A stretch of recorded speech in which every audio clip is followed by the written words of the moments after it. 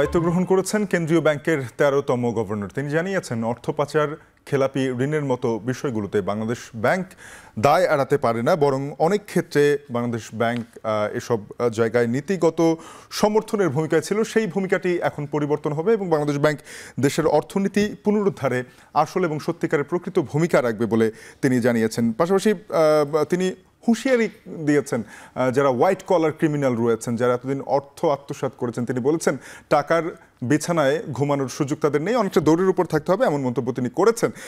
এসব নিয়ে আমরা বিস্তারিত জানাবো। পাশাপাশি শেয়ার বাজারে আজকে আমরা দেখেছি যে সূচকের কিছুটা পতন হয়েছে, সেই খবর জানাবো। থাকছে বন্দর ও হাটের খবর, সপ্তাহ শেষের ভাগশেষ আয়োজনে আপনাদের সাথে আছে আমি তানজিম শাফিন। কেন্দ্রীয় ব্যাংকের নতুন গভর্নর হিসেবে নিয়োগ পেয়েছেন আমরা দেখব Ahsan H Mansur. Doctor Ahsan H Mansur এতদিন গবেষণা সংস্থা পলিসি রিসার্চ ইনস্টিটিউট PRI এর নির্বাহী পরিচালক হিসেবে দায়িত্বরত ছিলেন এবং এই পদ থেকেই তিনি গভর্নরের পদে নিযুক্ত হলেন। তিনি 1974 সালে ঢাকা বিশ্ববিদ্যালয় থেকে অর্থনীতিতে স্নাতক সম্পন্ন করেন। 1976 সালে কানাডার ম্যাকমাস্টার বিশ্ববিদ্যালয়ে অর্থনীতিতে স্নাতকোত্তর করেছেন। এরপরে 1982 সালে ওয়েস্টার্ন অন্টারিও বিশ্ববিদ্যালয় থেকে PhD ডিগ্রি অর্জন করেন।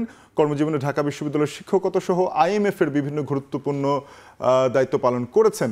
1989 থেকে 91 সালে তিনি অর্থমন্ত্রীর উপদেষ্টা হিসেবে দায়িত্ব পালন করেছেন। একটা গণঅভ্যুত্থানের পরে তিনি বাংলাদেশের অর্থনীতিতে সরাসরি ভূমিকায় ছিলেন। এরপরে আবারও একটা গণঅভ্যুত্থানের পরে তাকে একেবারে অর্থনীতির যে মূল চরিত্র দেশের গভর্নরের দায়িত্বে নিয়ে আসা হলো। তো সেখান থেকে তার প্রতি প্রত্যাশা অনেক, যেহেতু প্রত্যাশা অনেক সেহেতু আমরা একটু পরিষ্কার করতে চাই সেই জায়গাগুলো, যেই জায়গাগুলোতে সংকট রয়েছে বাংলাদেশের ঋণ খেলাপির কথা আমরা জানি এবং তিনিও সর্বোচ্চ গুরুত্ব আরোপ করেছেন ঋণ খেলাপির উপরে। তিনি বলেছেন যে বাংলাদেশে যে ঋণ খেলাপি সেটির যে গণনা সেটি প্রকৃত নয়। অর্থাৎ তিনি এর আগে বিভিন্ন সময় যখন আমরা বিভিন্ন সংবাদ সম্মেলন এবং তার বিভিন্ন গবেষণা খাতিরে যখন আমরা গিয়েছে সেই সংবাদ সংগ্রহ করতে, তখন তিনি আমাদের সাথে এই বিষয়গুলো আলাপ করেছেন। তিনি জানিয়েছিলেন যে যেই তথ্য দেওয়া হয়েছে ঋণ খেলাপি সম্পর্কে সেটি পরিপূর্ণ তথ্য নয়, এর মধ্যে অনেক ফাঁকফোকর রয়েছে। আমরা একটু তারপরেও সেই তথ্য দেখে নেই যে মার্চ মাস পর্যন্ত বাংলাদেশে যেই ঋণ খেলাপি রয়েছে তার তথ্য আমরা যদি দেখি, 2022 সালে মার্চ মাস পর্যন্ত বাংলাদেশের ঋণ খেলাপি ছিল 1,13,000 কোটি টাকার মতো। মার্চ 2023-এ সেটি 1,31,000 কোটি টাকা এবং মার্চ 2024-এ 1,82,000 কোটি টাকা ঋণ খেলাপি রয়েছে। এখন এই ঋণ খেলাপি শুধু নয়, এর পাশাপাশি মেয়াদ উত্তীর্ণ ঋণ, এটি একটা নামকরণ বা একটি জার্গন বলতে পারেন।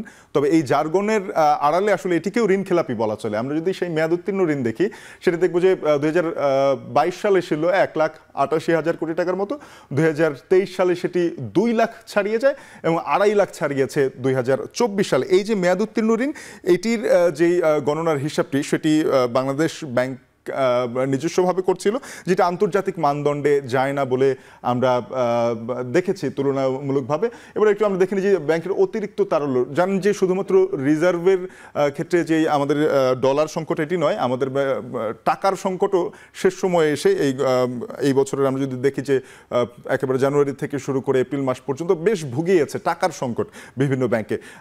তো সেখানে এই অতিরিক্ত তারল্য যেটি রয়েছে ব্যাংকের, এটি আমরা বলতে পারি যে ক্যাশ রিজার্ভ রেশিও CRR 4% রেখে আমানতের বিপরীতে তারপরে যে টাকাটা থাকে সেটিকে বলা হয় ব্যাংকের অতিরিক্ত তারল্য। সেটির পরিমাণও খুব বেশি বাড়েনি, সেটিও আমরা দেখছি যে 5,000 কোটি টাকার বেশি অতিক্রম করতে পারেনি। অর্থাৎ এই যে সংকটগুলো আমরা দেখছিলাম যে বাংলাদেশের ঋণ খেলাপি একটা বড় অংশ হচ্ছে ঋণ খেলাপি, মেয়াদ উত্তীর্ণ ঋণ রয়েছে, পাশাপাশি আরও রয়েছে যেটি আমরা দেখছিলাম যে তারল্য সংকট। এই সবগুলো সমস্যার মাথায় নিয়ে নতুন গভর্নর দায়িত্বে এসেছেন, তার উপরে দায়িত্ব দেওয়া হয়েছে এবং সেখান থেকে তিনি আসলে সংস্কার কাজ শুরু করবেন। তিনি কিভাবে সংস্কার করবেন, বাংলাদেশ ব্যাংকগুলোর বর্তমানে কি অবস্থা রয়েছে, এই বিষয়ে আমরা আমাদের সহকর্মী সেলিয়া সুলতানার সাথে যুক্ত হতে চাই। তিনি বার্তাকক্ষ থেকে আমাদের সঙ্গে যুক্ত হয়েছেন এই মুহূর্তে, সরাসরি এসেছেন স্টুডিওতে। সেলিয়া, আপনাকে স্বাগত জানাচ্ছি। আসলে বলছিলাম, আপনিও নিশ্চয়ই দেখছিলেন যে আসলে বাংলাদেশে ঋণ খেলাপি একটা বড় বিষয় হয়ে দাঁড়িয়েছে। আমাদের যেখানে আমরা বলছি যে আমাদের বাজেট হচ্ছে 8 লাখ কোটি টাকার মতো, সেখানে আমাদের ঋণ খেলাপি এখন আছে 5 লাখ কোটি টাকার বেশি, যদি আমরা সঠিক হিসাবে আসি। আর সেই হিসাব না করে যদি আমরা মেয়াদ উত্তীর্ণ এবং ঋণ দেখি, সেটিও 4.5 লাখ কোটি টাকার মতো। তো এই যে বিপুল পরিমাণে ঋণ খেলাপি, এখান থেকে আসলে এই খেলাপি ঋণ আদায়ের কি আদৌ কোনো সম্ভাবনা আছে কিনা, মানে এটা কি সম্ভব কিনা? খেলাপি ঋণ পর্যন্ত যাওয়া এবং তারপরে যেটি আমরা বলি মন্দ ঋণ বা কুঋণ, সেখানে কিন্তু অনেকগুলো পুনর্তফসিল হয় এবং পুনর্তফসিলগুলো যখন হয় অর্থাৎ দেখা যায় যে ওনারা আসলে টাকাটা দেন না এবং পরবর্তীতে আবার পুনর্তফসিল হয়।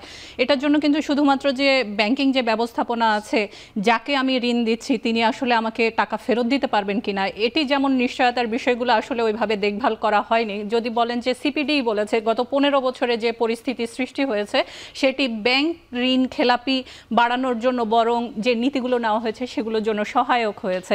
ঠিক এই সহায়তার কথা যদি দেখেন আপনি, তাহলে দেখবেন যে বাংলাদেশ ব্যাংক যে ধরনের নিয়মগুলো নিয়েছে, যে খেলাপি কখন হবে না, একবার বা দুবার কয়েক মাস পর পর, এটিও কিন্তু অনেকবার চেঞ্জ অনেকবার চেঞ্জ করা হয়েছে এবং তাতে কিন্তু দেখা যায় আপনি কোনো না খুব টেকনিক্যালি আমরা যেটিকে বলি যে পলিটিক্যালি কারেক্ট, সেইভাবে আপনি দেখাচ্ছেন যে কুঋণ অথবা হচ্ছে খেলাপি ঋণটি আসলে সেভাবে হচ্ছে না, কিন্তু সেটি কিন্তু গত প্রায় 6 থেকে 7 মাস এই বছরেই কিন্তু বলা হচ্ছে 4.5 লাখ কোটি টাকা কিন্তু ছাড়িয়ে গেছে এবং তার থেকেও বেশি ছাড়িয়ে যাওয়ার কথা। আর যে বিষয়টি আপনি বলছিলেন যে তারল্যর বিষয়টি, আমি যখন মার্কেটে অনেক টাকা আমার এরকম কুঋণ থাকবে, সেটি যখন ঘুরবে না, অর্থাৎ হচ্ছে এক হাত থেকে আরেক হাতে এটি যখন পরিবর্তিত হবে না, তখন কিন্তু আলটিমেটলি আমার তারল্য কিন্তু আমি দেখাচ্ছি যে যতটুকু বেশি আছে তার থেকে কিন্তু আরও বেশি হয়ে যায়।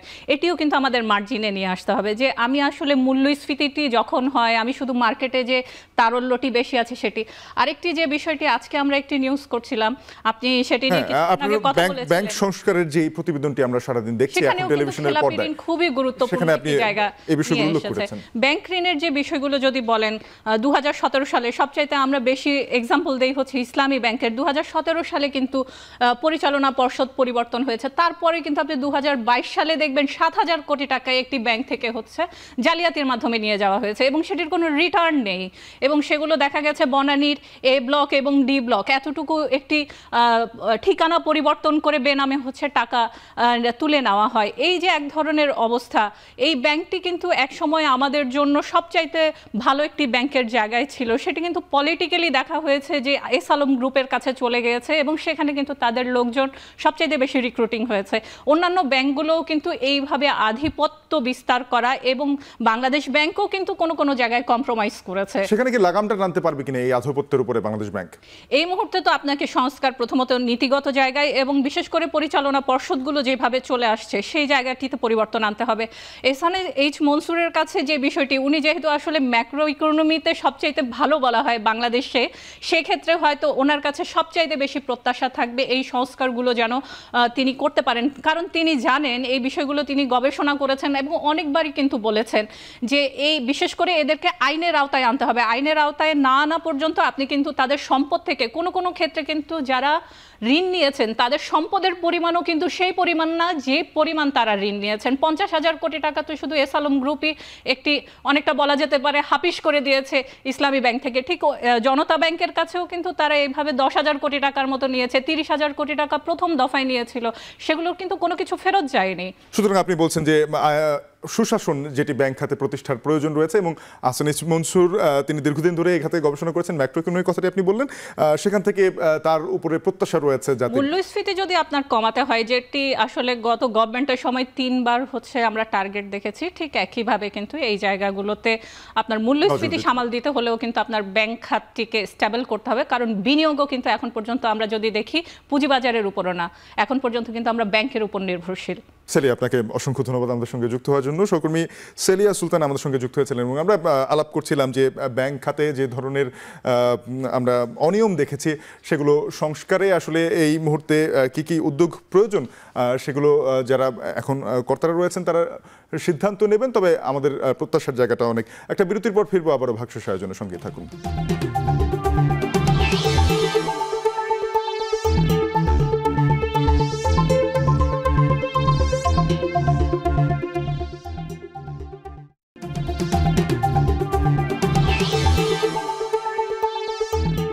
ফিরে এলাম বিরতির পর, দেখছেন ভাগশেষ। পুঁজিবাজারে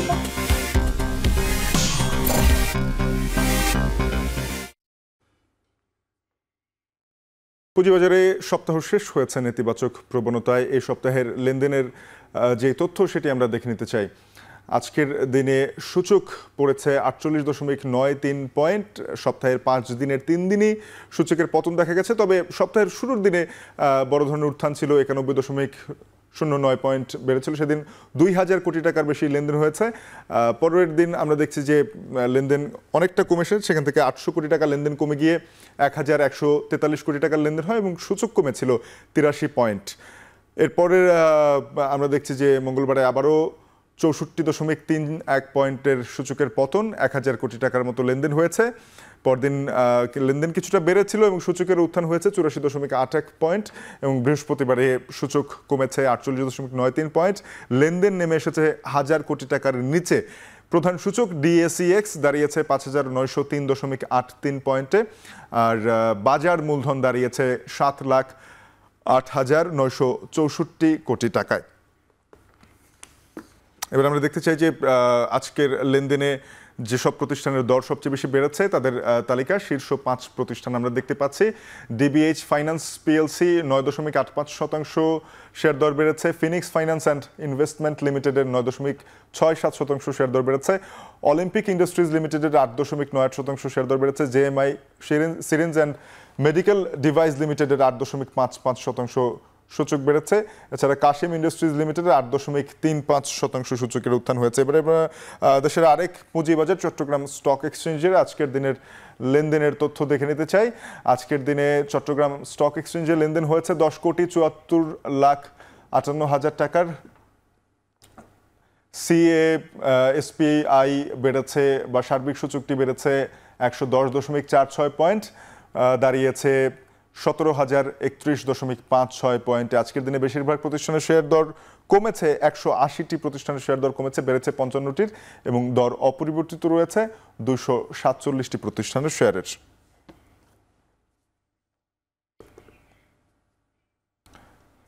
আরেকটা বিরতির পর ভাগশেষে ফিরবো, আবার সঙ্গে থাকুন।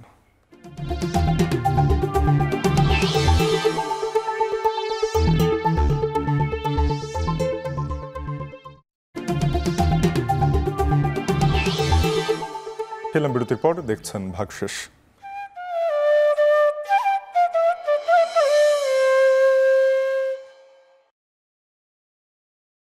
বন্দরের খবর জানবো। চট্টগ্রাম বন্দর থেকে রপ্তানি এবং আমদানি বেড়েছে, তবে ব্যাংক থেকে পর্যাপ্ত টাকা তুলতে না পারায় লেনদেনের সমস্যায় পড়তে হচ্ছে ব্যবসায়ীদের। এই বিষয়ে বিস্তারিত জানাতে চট্টগ্রাম বন্দর থেকে যুক্ত হচ্ছেন সহকর্মী হাজিরা শিউলি।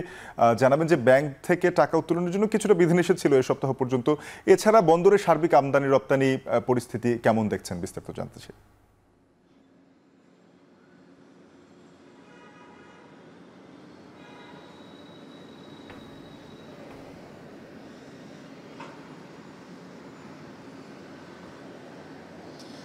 কারফিউ, সাম্প্রতিক কোটা আন্দোলনকে ঘিরে কারফিউ, সাধারণ ছুটি, ইন্টারনেট সেবা বিঘ্নিত হওয়া এবং মহাসড়কে যান চলাচল বন্ধ থাকা সহ নানা কারণে আমদানি রপ্তানি বাণিজ্য অনেকটাই স্থবির হয়ে পড়েছিল। তবে অন্তর্বর্তীকালীন সরকার দায়িত্ব গ্রহণের পর অনেকটাই স্বাভাবিক হয়ে এসেছে আমদানি এবং রপ্তানি, এবং বিশেষ করে ঢাকায় বা গাজীপুর, সাভার সহ বিভিন্ন অঞ্চলে আমাদের যেসব পোশাক কারখানা ছিল সেগুলো কিন্তু রপ্তানি পণ্য শিপমেন্ট অনেকটাই ব্যাহত হয় এবং ওই দিনগুলোতে মহাসড়কে যান চলাচল বন্ধ থাকায় রপ্তানি পণ্যগুলো আটকা পড়ে কারখানায়। তাই বর্তমানে কিন্তু বন্দরে রপ্তানি পণ্যের অনেক বেশি চাপ, এবং যে বেসরকারি 21টি কন্টেনার ডিপো আছে চট্টগ্রামে, সবগুলো ডিপোতেই কিন্তু রপ্তানি পণ্য বোঝাই গাড়ির সারি রয়েছে। এবং বিগডা বাংলাদেশ ইনল্যান্ড কন্টেনার ডিপোট অ্যাসোসিয়েশনের মহাসচিব জানিয়েছেন যে সাধারণত 2000 থেকে 2200 কন্টেনার প্রতিদিন তারা ডিপোগুলো থেকে চট্টগ্রাম বন্দরে পাঠান জাহাজে করে রপ্তানির জন্য। গতকাল সেখানে প্রায় 3200 কন্টেনার তারা পাঠিয়েছেন। এবং আমদানিতেও ক্ষেত্রেও কিন্তু ডেলিভারি চাপ বেড়েছে, যেহেতু অনেক দিনই বন্দরে স্বাভাবিক কার্যক্রম হচ্ছিল না।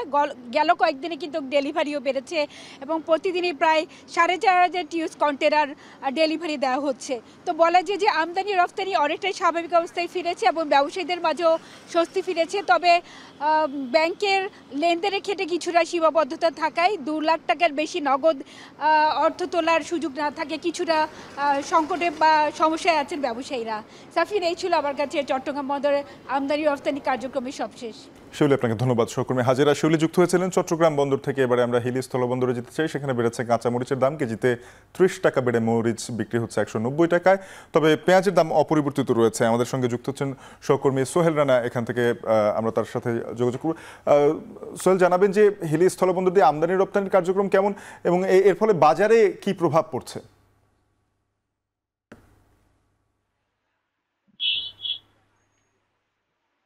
শাফিন, আমি আপনাকে একটু জানিয়ে রাখি যে গতকাল কিন্তু এই বন্দর দিয়ে প্রায় 450 টনের মতো পেঁয়াজ এবং ৭৪ মেট্রিক টনের মতো কাঁচামরিচ আমদানি হয়েছে। এবং আজকে কিন্তু ভারতের স্বাধীনতা দিবস উপলক্ষে দুই দেশের মধ্যে যে আমদানি রপ্তানি বাণিজ্য কার্যক্রম সেটি বন্ধ রয়েছে। ফলে আজকে কোনো প্রকারের কাঁচামরিচ এবং আদা, পেঁয়াজ এই যে পণ্যগুলো রয়েছে সেগুলো আমদানি হয়নি, যার প্রভাব কিন্তু আমরা বাজারে লক্ষ্য করেছি। আমরা সকাল থেকে এসে দেখেছি যে বাজারে যে কাঁচামরিচটি 150 টাকা কেজি দরে বিক্রি হয়েছিল গত একদিন আগেও, সেটি বর্তমানে বিক্রি হচ্ছে প্রায় 190 টাকা কেজি দরে। এছাড়া পেঁয়াজের দামের আমরা অপরিবর্তিত দেখেছি, যে যদিও এই পেঁয়াজটি যেটি বন্দর থেকে এই খোলা বাজারে বিক্রি হচ্ছে সেটি কিন্তু কিছুটা হলেও নিম্নমানের এবং ভালো জাতের যে পেঁয়াজ সেটি কিন্তু বাইরে চলে যায়, তেমনটি কিন্তু ব্যবসায়ীরা বলছেন, যার কারণে সেটিও কিন্তু এখানে 90 টাকা কেজি দরে বিক্রি হচ্ছে এবং আদা কেজি প্রায় 240 টাকা দরে বিক্রি হচ্ছে। তবে ব্যবসায়ীরা বলছেন আজ স্বাধীনতা দিবস উপলক্ষে বন্ধ থাকবার কারণে আমদানিটা হয়নি, বাজারে একটা সংকট তৈরি হবে। কাল যেহেতু শুক্রবার, এই 2 দিনই বন্ধ থাকার ফলে বাজারে যে পণ্যগুলো আমদানিকৃত রয়েছে সেগুলো সরবরাহ সংকট তৈরি হবে এবং সেই সুযোগ কাজে লাগিয়ে হয়তো অসাধু ব্যবসায়ীরা পণ্যের কিছুটা দাম বাড়িয়ে দিতে পারে। সেটি যেন না করতে পারে সেজন্য প্রশাসনের কিন্তু নজরদারির দাবি কিন্তু সাধারণ ক্রেতা তারাও কিন্তু জানিয়েছে। তো সব মিলে বলা চলে যে আজকে আমদানি না হলেও গতকাল যে পণ্য দুটি আমদানি হয়েছে সেই পণ্যের মধ্যে কাঁচামরিচের দামে কিছুটা বাড়তি আর পেঁয়াজের দাম অপরিবর্তিত রয়েছে। তো সাফির, এই ছিল আমার কাছে হিলি স্থলবন্দর থেকে সর্বশেষ। সহকর্মী সোহেল রানা যুক্ত হয়েছিলেন হিলি স্থলবন্দর থেকে, জানাচ্ছিলেন বন্দরের আমদানি রপ্তানি এবং এর ফলে বাজারে কি ধরনের প্রভাব পড়ছে তা নিয়ে বিস্তারিত। এবারে একটু বাজারের খবরে যেতে চাই, হাটের খবরে যেতে চাই। খুলনায় খুব চমৎকার একটা নামের বাজার রয়েছে, সান্ধ্য বাজার যেটিকে বলা হয় বা সন্ধ্যা বাজার যেটিকে বলা হয়। এই সন্ধ্যা বাজারটি মূলত মাছের বাজার। সেখান থেকে আমাদের সঙ্গে যুক্ত হচ্ছেন সহকর্মী রামিম চৌধুরী, তার সঙ্গে কথা বলবো। রামিম, এই সন্ধ্যা বাজারে আসলে কি ধরনের মাছ পাওয়া যাচ্ছে, দরদাম কেমন এই মাছের? শাফিন, খুলনার যে মাছের বাজারগুলো রয়েছে সেই প্রত্যেকটা বাজারে কিন্তু অনেকটাই স্বস্তি ফিরে এসেছে। আজকে কিন্তু সব ধরনের মাছেই প্রায় 50 থেকে 100 টাকা পর্যন্ত কেজিতে কিন্তু কম রয়েছে। চাষের মাছের যে সরবরাহ সেটিও যেমন অনেকটাই বেড়েছে, ঠিক একইভাবে সামুদ্রিক যে মাছ সেটিও কিন্তু সরবরাহ অনেকটা বেড়েছে। আমি যে সন্ধ্যা বাজারে রয়েছি এই বাজারটি কিন্তু ঠিক বিকালের পর থেকে কিন্তু শুরু হয় এবং এখানে সব ধরনের মাছই কিন্তু পাওয়া যায়। চাষের মাছ থেকে শুরু করে দেশি প্রজাতির মাছ এবং সামুদ্রিক মাছ সব ধরনের মাছই পাওয়া যায়। তবে মাছের দামের কথা যদি আপনাকে একটু বলে থাকি, চাষের মাছগুলোর মধ্যে যেমন রুই মাছ আজকে প্রতি কেজি বিক্রি করা হচ্ছে 280 টাকা করে, যেটি কিন্তু 300 থেকে 320 টাকা প্রতি কেজিতে বিক্রি করা হচ্ছে। এছাড়াও যে চিংড়ি মাছগুলো দেখছেন এগুলো কিন্তু বাগদা এবং গলদা চিংড়ি রয়েছে। এই চিংড়িগুলো কিন্তু মূলত চাষের যে চিংড়ি সেই চিংড়িগুলো, এবং এই চিংড়ির দামও কিন্তু আজকে মোটামুটি কিছুটা কম রয়েছে। 800 থেকে শুরু করে 1200 টাকার মধ্যে এই বড় বড় যে সাইজের যে চিংড়ি সেগুলো বিক্রি করা হচ্ছে। এর পাশাপাশি সামুদ্রিক মাছ যেগুলো দেখছেন, যেমন রূপচাঁদা যেটি দেখছেন, রূপচাঁদা কিন্তু এই সময়ে ঠিক বেশি পাওয়া যায় না, তারপরেও কিন্তু এই বাজারে রয়েছে। এর পাশাপাশি ইলিশের যে বাজার সেটিও কিন্তু অনেকটাই বেশ রয়েছে এবং 1200 থেকে মোটামুটি 2400 টাকার মধ্যে কিন্তু ইলিশ বাজারে 1200 টাকা থেকে 1700 টাকার মধ্যে কিন্তু প্রতি কেজি ইলিশ আজকে পাওয়া যাচ্ছে। মোটামুটি বলা চলে যে সব মিলিয়ে মাছের দাম অনেকটাই কমে এসেছে এবং সরবরাহ অনেকটা ভালো রয়েছে। শাফিন, রামিম, আপনাকে ধন্যবাদ। সহকর্মী রামিম চৌধুরী যুক্ত হয়েছিলেন খুলনার সন্ধ্যা বাজার থেকে, জানাচ্ছিলেন মাছের খবরাখবর। এই ছিল এই সপ্তাহের ভাগশেষে। এখন টেলিভিশন ওয়েবসাইট দেখতে ভিজিট করুন www.এখন.tv।